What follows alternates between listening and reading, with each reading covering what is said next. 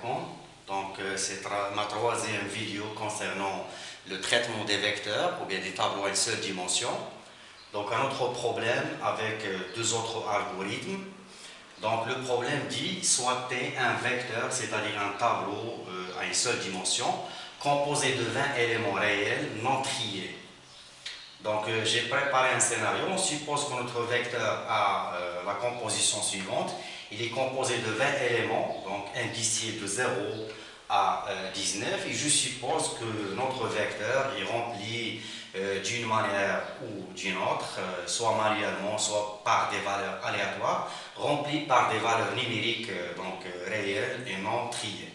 Donc, première question vous demande de chercher l'élément minimum, c'est-à-dire quel est l'élément qui est inférieur à tous les éléments du vecteur T, et par suite de chercher l'élément maximum. Donc, on part de la définition suivante. L'élément minimum ou bien l'élément maximum, donc c'est un élément d'ailleurs qui appartient à notre vecteur.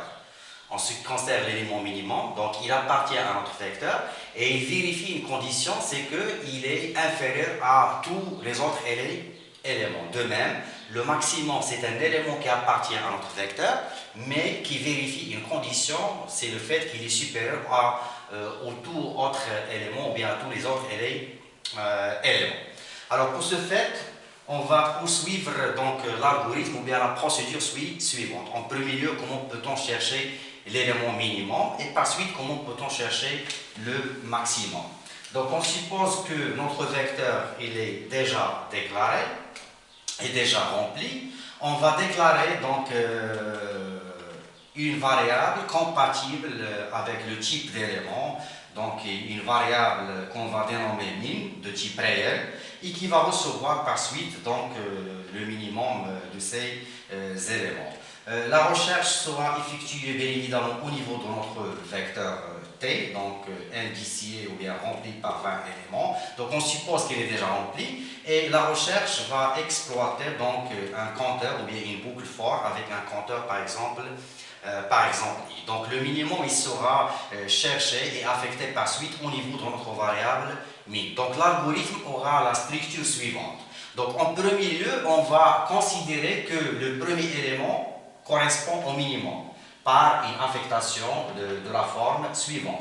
Donc la variable min sera initialisée par la valeur du premier élément. Par exemple, dans notre cas, la variable min va recevoir la valeur 17 qui est la valeur du premier élément. Puis on va parcourir notre vecteur à partir du deuxième élément dont l'indice est 1 jusqu'au dernier élément dont l'indice est 19 et à chaque itération de cette boucle de parcours, on va comparer l'élément auquel on va accéder par le minimum qu'on a supposé.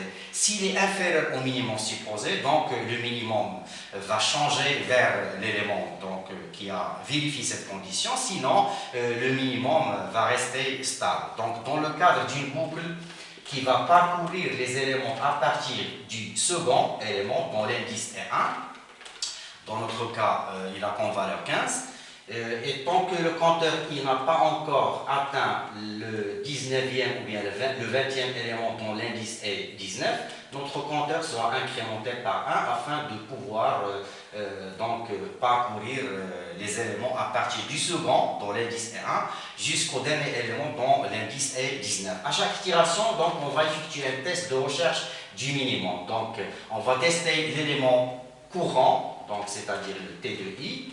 S'il est inférieur au minimum qu'on a supposé avant la boucle, donc un changement maintenant du minimum, et notre minimum va recevoir l'élément qui a vérifié cette condition, c'est-à-dire l'élément T de I.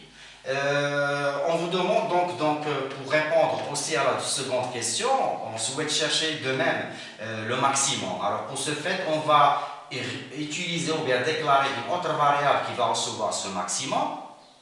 On va initialiser de même cette variable par la valeur du premier élément, c'est-à-dire T de 0, c'est-à-dire on va supposer que le premier élément, c'est-à-dire 17, est l'élément maximum. Et on va parcourir de même notre vecteur à partir du second élément jusqu'au dernier élément et de tester chaque élément donc courant s'il est supérieur au maximum qu'on a supposé, changement du maximum, sinon le maximum va rester stable. Donc à chaque élément auquel on va accéder avec notre boucle à partir du second élément jusqu'au dernier élément, un double test, un test pour la recherche du minimum et un deuxième test indépendant du premier pour la recherche du maximum. Donc si on accède à un élément supérieur au maximum qu'on a supposé, donc changement donc, du maximum vers l'élément courant et on clôture notre boucle. Et en fin de cette boucle, on affiche donc les résultats, le résultat du minimum cherché et le résultat du maximum donc cherché. Et voilà, et merci.